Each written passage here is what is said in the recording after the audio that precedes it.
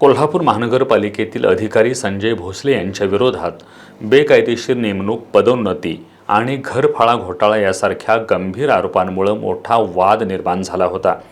याबाबत माजी उपमहापौर भूपाल शेट्टे यांनी 2020 पासून वेळोवेळी भोसले यांच्या विरोधात प्रशासनाकडे लेखी तक्रारी दिल्या होत्या। या तक्रारीवरून प्रशासकांनी संजय भोसले यांच्या विरोधात कारवाई केली होती। प्रशासकांच्या बेकायदेशीर नेमणुकीबाबतच्या आदेशाविरोधात भोसले यांनी जिल्हा न्यायालयात सिव्हिल दावा दाखल करून यामध्ये स्थगिती मिळवली होती। मात्र या आदेशाला कोल्हापूर जिल्हा न्यायालयाने पुन्हा स्थगिती दिली आहे। यावर भोसले यांनी उच्च न्यायालयात रिट पिटिशन दाखल केलंय। यावर उद्या सोमवारी कोल्हापूर सर्किट बेंचमध्ये सुनावणी होणार आहे, अशी माहिती माजी उपमहापौर भूपाल शेट्टे यांनी दिली आहे।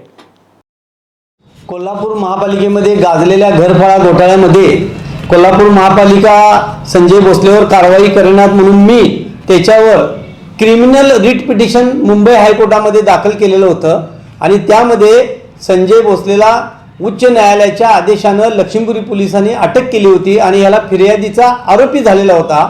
अशा या संजय भोसलेच्या विरुद्ध मी आणि कोल्हापूर महापालिकेचे सेवानिवृत्त कर्मचारी चंद्रकांत रामाने यांनी त्याच्यावर हा कोल्हापूर महापालिकेमध्ये अधीक्षक म्हणजे पदावर बेकायदेशीर जंपिंग प्रमोशन घेऊन तिथं हजर झालेला होता। त्याच्यावर आम्ही वेळोवेळी कागदपत्र दिली। त्याच्यावर कलशेट्टी साहेबांनी चौकशी समिती नेमली आणि हे जर कोल्हापूर महापालिकेकडे ही जी सेवा ज्येष्ठतानुसार न होता हा जंपिंग प्रमोशन आल्यामुळं त्याची चौकशी समितीनं ह्याला परत KMTकडे ज्युनियर क्लार्क म्हणून पाठवण्याबाबत आदेश झाला।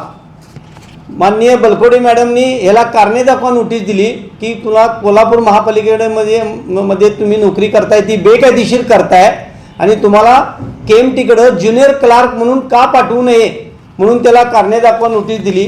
त्याच्यानंतर हा जिल्हा न्यायालयात गेला। जिल्हा न्यायालयातनं तात्पुरती त्यानं स्थगिती आणली।